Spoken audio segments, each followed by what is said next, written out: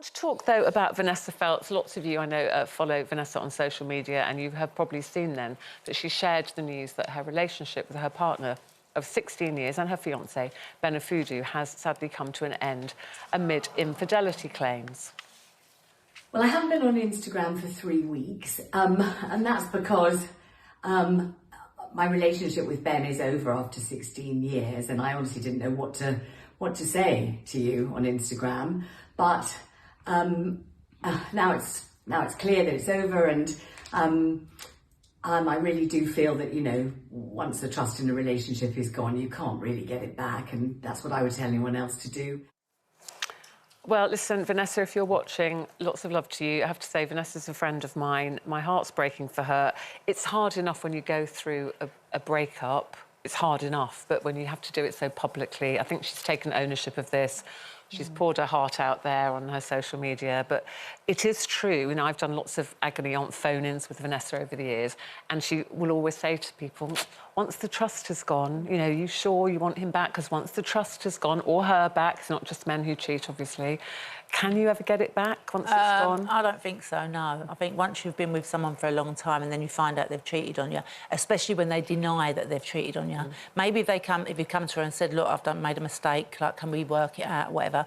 He didn't do that, so he left her to decide what she was going to do. We don't obviously know what happened with Ben and Vanessa completely, but just generally, but if somebody says, look, it's happened, I'm sorry, can we have another... Then maybe you can. Maybe you can give it a go, whatever, especially whenever there's children involved in that. But in my opinion, if I found out, like, my first partner cheated on me, then there was no trust in that relationship anymore.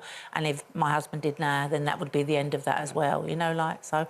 No, I think once you've lost the trust, I mean, because I remember, like, looking for messages and seeing if anything had happened or whatever with my first partner, and you don't want to live life like that, do you? You want to live life with, you know, knowing that you could trust that if he goes out, you're not worried where he's going or who he's meeting or whatever. So, yeah. What about you, Janet? Janet's looking very sheepish. Janet's looking a bit sheepish. On the other hand... Guilt-free zone. Serial cheater. Serial monogamist. They kind of overlapped a bit, that was all. I agree with you when trust is gone, but... Don't you know about her past? No. Like, what, so I think most of the world knows about my 4 marriages, many affairs, toy boys, caught in the back of a taxi, bin bags in reception... I want to be Janet. I don't know this. Why have you cheated, though? Like, what is the reason? Boredom?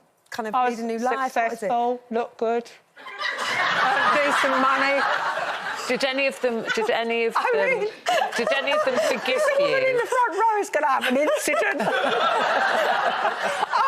Did any of them forgive you? Did any of them cheat on me? Forgive you? No. Did any of them, the ones you cheated on? Did any of them say, "OK, it's happened. Let's give this another go"? One of my husbands caught me in the boot of a car, fleeing through a restaurant with my boyfriend, and rang up the next day and said he wanted to get divorced on Monday. And I thought about it all day Sunday, and I thought, you know what, we've had a good run for our money, and honestly... I met him in his lawyer's office, and I said, I'm sorry, I've changed my mind. I said, I'm sorry to tell you this, rather. I don't want forgiveness. You're perfectly entitled to divorce me. I have behaved appallingly, and it'd be better for both of us if we got divorced. And in fact, we got divorced and we stayed friends, and I very much liked his next wife. And we got on very well. It was probably right for you not to be... I want to know what car it was. It must have been a big boot. Excuse going to the logistics, but I think there's 2 kinds of trust.